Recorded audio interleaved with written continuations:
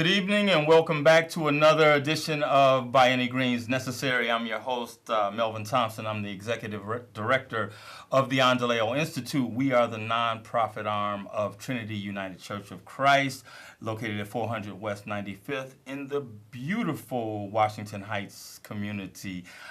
We help support a farmers market that Trinity runs every Saturday from 8 a.m. to 1 p.m. and we are doing just splendid. We are at that midpoint in the market, and so I couldn't believe that we're already, we're halfway done. So we're excited about it. So if you haven't come out to experience the black farmers from Pembroke, Illinois, our wonderful village vendors, the music, the Zumba, the yoga, all of the exercise, everything, and the gorgeous weather that we're having right now, please come out. We've got about 6 or 7 sessions left, so we urge you strongly to come out. Today we're going to talk about something that is near and dear to all of us.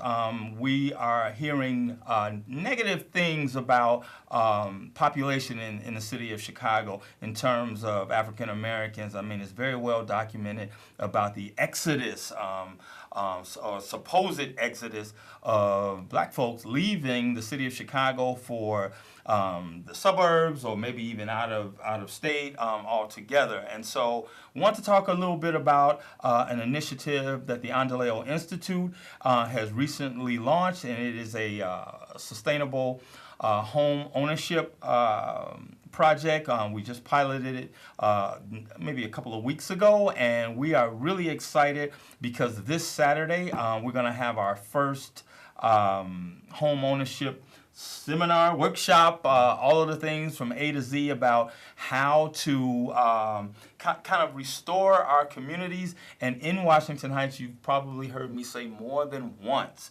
that this community is one of the strongest, if not the strongest, home ownership communities in all of not only just the city of Chicago, but the Cook County area as well. Roughly about 66% according to the 2010 census. So some numbers may have changed a little bit here or there, but just to know that we can build on an asset such as that and kind of stem the tide of what appears to be happening in our city for whatever reason, if it's due to the priciness and affordability of living in Chicago with the high taxation, unemployment, the violence. If you just kind of add all those things up, it doesn't present a very pretty picture. Yet there are strong pockets all over the city of Chicago, and that's why we wanted to partner with this to do this project with a very strong brokerage firm that knew the community, that's personable, that's trustworthy. And so allow me to introduce a broker, owner, and our partner at Endeleo, Mr. Lutalo McGee. How you doing, brother? I'm all right. How you doing, man? Wonderful, wonderful, wonderful. Listen, I always do this. There's always people, and this is a live call-in show. So if you have any questions about the workshop that we're going to be doing this Saturday, at the Village Center, 1947 West 95th Street in Beverly. Please give us a call at 312-738-1060 if you have any questions or comments about home ownership, because on Saturday from 10 to noon we're going to walk you through and you will be a well-informed potential buyer. So Lou, tell us, I always ask folks, what was your path to where you are now? Was this something you dreamt about growing up, or was this a change of direction? Because there are always young, aspiring people looking to either start this career or maybe venture off into it. So I've always been community oriented as an individual. When I was in school, I intended to be a professor and a community activist. Mm-hmm. And at some point along my academic journey, I came to the idea that entrepreneurship was fundamental to building wealth in our community. And at that point, I started looking around trying to find an avenue that would be best for me in order to do so. And I stumbled upon real estate as the avenue that I thought I would feel most attracted to. So I got my real estate license. I intended to both sell and be an investor. And really, I hit the ground running from there. Ani Real Estate, I started Ani Real Estate in 2007, and we've been assisting people in our community with their home dreams since then. Yep. That's excellent. That's excellent. And for us, historically, wealth building through home ownership has traditionally been our path to that, because we're not heavy in the stock market. As a people, we weren't entitled to some of the same things and same opportunities that others were. So home ownership has really been that wealth building engine, and for quite some time over the last 10 or 15 years, our numbers were really high in terms of ownership. And since that downturn in 2009, things have really kind of dipped. And if you couple it with what's going on in our particular community, what do you see on the horizon? Is there a resurgence of any kind? And is this a good time to be even thinking about reestablishing yourself in terms of wealth building? So absolutely, I agree 100%. For African Americans in general, home ownership after World War II was the avenue that we chose or we went down in order to build wealth. We did have a challenge around 2008, and in fact, a big challenge where a lot of us kind of lost our wealth position to a certain degree when our assets went down. But in the last couple of years, we're starting to see a rebound here in Chicago and actually around the nation. And there are communities like Chatham, Washington Heights, and other communities where African Americans resonate or live, where we're starting to see increases in home value and people starting to pick wealth back up. Yeah, we were talking in the green room about the Cranes article that came out just yesterday about how I think maybe even a fourth of the sales in the Chatham area are rehabs or renovated homes that have been put back on the market, which is obviously a stabilizing effect.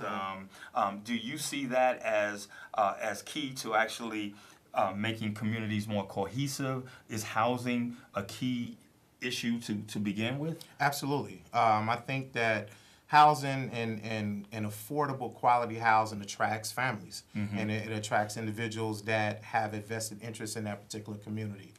So the more properties that are available that people are attracted to, both aesthetically and affordable wise, the better it is for a community. Let me show everyone just this is obviously our By Any Greens necessary flyer that we definitely want everyone to get a look at. We're at the midpoint of the season.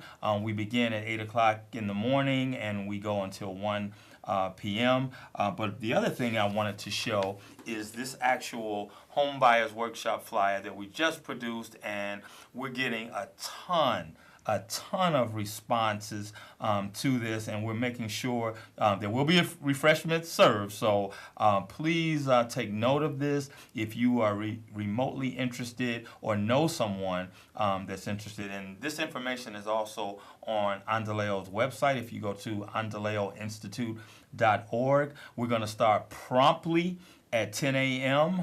To get started. So there's a lot of information. There's a lot of information that you will receive.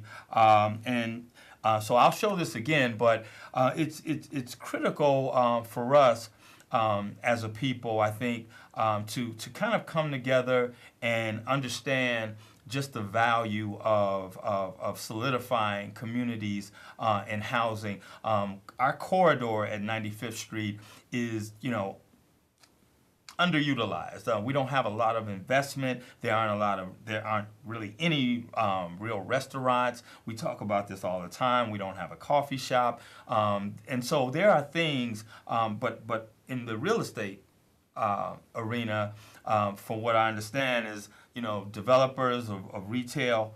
I'm sorry. Wait a minute. We've got a caller. Go ahead, caller, with your question or comment. Just a comment, and good evening, guys. How Good you evening. Good evening. doing? Listen, I always listen to your show periodically. My mother moved out in Sheldon Heights 54 years ago, and that was the right time to move out this way. Washington Heights, 95th Street. But let me tell you, look what happened from then to now. Hmm. It's horrible. And then you could compare Beverly. Well, Beverly seems like it just thrives more and more and more. But again, it's the people who live in areas. I mean, you see people driving down the street throwing stuff out the car. Hmm. People won't even Hmm. pick up a piece of paper. Hell, people won't even cut grass. Sure, sure. It's a sad situation. Is it going to get any better? I don't think so. Not out here. And like you say, 54 years ago, this was prime real estate. Hmm. I Hmm. mean, it was. My mother was the second person out here. Hmm. It was all whites out this way, and they Hmm. took care of their property. And even the blacks that moved out here, they took care of their property. But from the time that death occurred and the kids take over the property, Hmm. it's a great big change. Then from the projects, then when it's torn down, they Hmm. moved Hmm. out this Hmm. way. So again, you know what? I love your show. I like the way that you promote out this way in Hmm. 95th Street, but just hopefully it'll get better. Thank you Uh, so much I for the can't see it comment. soon. Thank you so much. There are we've got one caller, another caller, I believe. Go ahead, caller, with your comment or question. Hi there. Just have a quick question. Sure. When it comes to the workshop this weekend, Yes. is there a maximum number of participants that can be at the workshop? No. No, no. You're free to come, and if you go to our website, you can actually register there. Or if you don't have time to register, or for whatever reason, you can just come to the workshop. Do you have the address? I believe I do. I think you just showed it on Yeah, we'll your we'll we'll, flyer. we'll show it again. It's at 1947 West 95th Street. It's the TUCC Village Center, and there's free parking available. So you don't have to even worry about on-street parking. It's parking available. Thank you. Thank you very much. Thank you so much for calling. Hope to see you there. Yeah, the previous caller. There's no denying challenges, right? I mean, there are challenges, and that's why I believe individual home ownership is a responsibility thing. I think when you have pride of ownership, and I think that's what you get in Washington Heights, and I think that doesn't go away. Now, yes, there has been a lack of succession in our community in terms of passing property on, but I think individual responsibilities are contagious. What's your thoughts on that? I absolutely agree. I think one of the things, one of the advantages I have in terms of being in the streets and being in the communities all the time is that, yes, I do see our challenges, but I also see a lot of people that take a lot of pride in not only their homes, but also into their communities. Every block you go down in Chicago, for the most part, you're going to find those positive lights. And I think that sometimes we have a tendency to look at the negative and overlook the positives. Sure. One of the things that we're doing with this initiative, and I actually respect Endeleo a lot, is that they're trying to point people to the lights and actually turn on lights.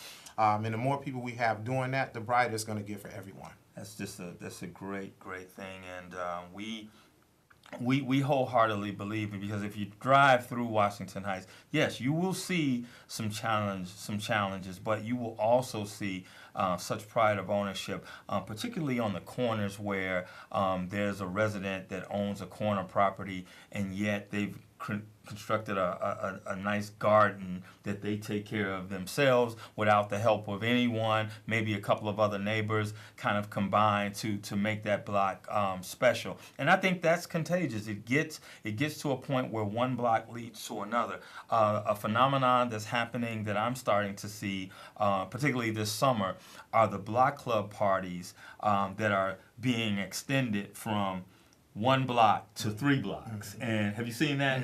It's totally cool, and it brings all those blocks together. Folks get to know each other who've lived, in those communities for forever. And we really want to, as a community-based organization, we want to promote that getting to know your neighbors, because I think the more we know each other, the less we'll be less likely to help each other in need or just support each other and know that, that neighbor down the street, I know that person and I know his family. And I think we grew up that way when we were kind of restricted, when we had restricted neighborhoods and we couldn't go anywhere. And then all of a sudden, we started to kind of migrate away from that. We've got another caller. That's great. What's your question or comment? I watch the show almost every week. Uh-huh. When I was driving the CK bus, the busiest place was the hot dog stand right across the street. Maxwell Street, hot hamburgers and hot. Mm-hmm. Their place is open 7 days a week. That's right. They work hard. I'm Hispanic. And they had stores all along 95th Street, but they don't stay open 24 hours a day. They don't work as hard as just so the hot dogs and hamburgers making $1 million a year. Yeah. And yet our people can't stay there 10 hours a day. That's why we're our own worst enemy. We got to get out there. If you want to make money in this city, you got to work for it. You just can't say, well, we can't get jobs. Oh, yeah, you can. Have somebody get something open and stay open as long as that place. But the CTA, because when I was driving the bus, I was getting tired of that food. Absolutely. Listen, let me.